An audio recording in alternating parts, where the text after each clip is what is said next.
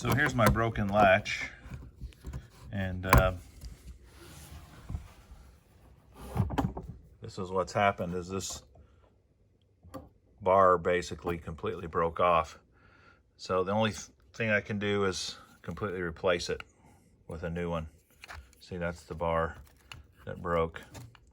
So this is pretty easy to replace. All you need is a pair of channel locks, really. Pretty much these are the only tools that you're going to need to make this happen. You're going to need a socket. You're going to need a little Allen wrench.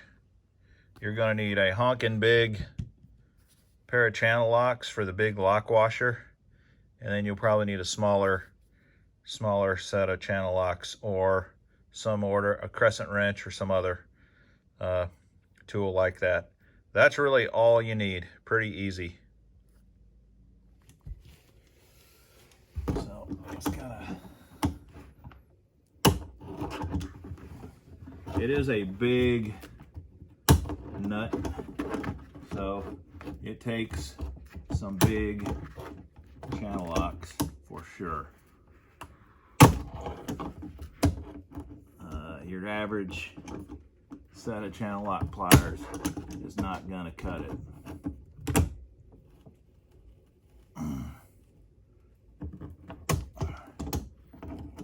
This thing's got some silicone around the threads, so it's a little tougher than it normally would be.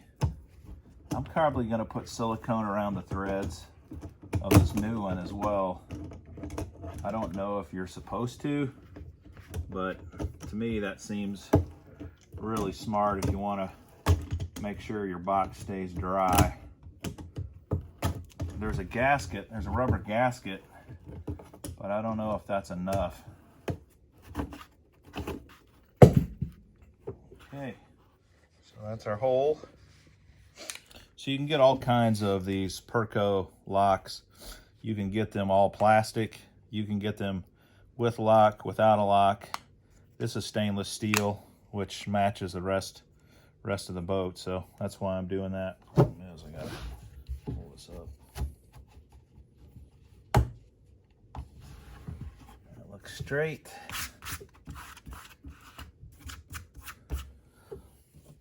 Here's the rubber gasket. Put on there. And I'm gonna go grab some silicone and put on the threads really quick. Okay, I'm going to put this silicone sealant on here first, underneath the gasket. And marine, whenever you're doing something like this, you wanna make sure it's for marine use. And you also wanna make sure it's not permanent. They make different types of silicone that are extremely permanent. Now, I'm probably not, this is semi-permanent. I really hope I never have to replace it. But if you do have to replace it, you don't want the permanent silicone, because the permanent stuff, literally, you'd have to break this thing out, chip it out. It would be almost impossible. So I'm gonna take this. I know this is not permanent. It's pliable. I'm just going to put some on the end of a little brush. I'm just going to brush it around the threads. Just like that. Give it a nice watertight seal. And then with this gasket, probably won't have to worry about water penetrating through this thing. All right, put my O-ring, my washer,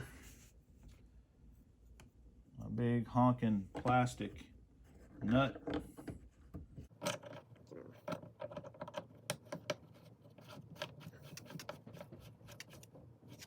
Is you want your cam pointed close to the edge.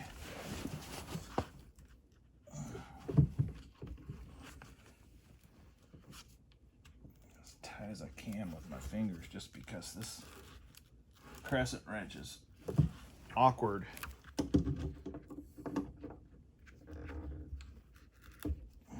There it goes.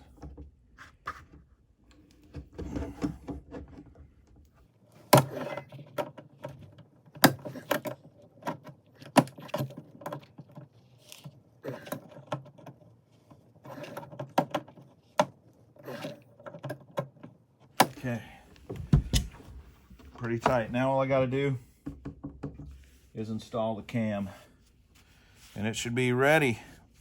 So I took the cam off of the broken one, and what you do is you thread it on here.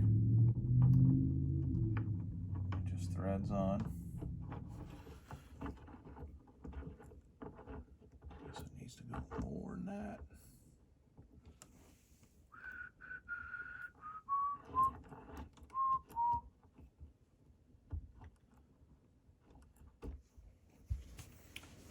So once you have it screwed down to the height that you need it, there's a little lock nut right here that you need to tighten that will keep your cam, your lever, keep it from moving.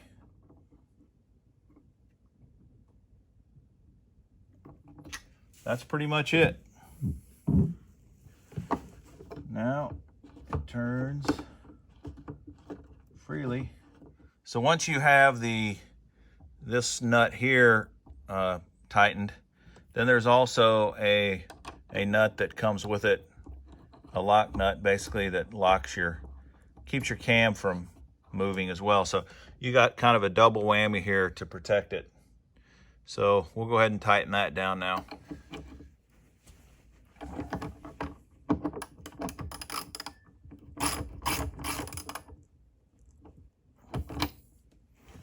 All right, good to go. That's the finished product.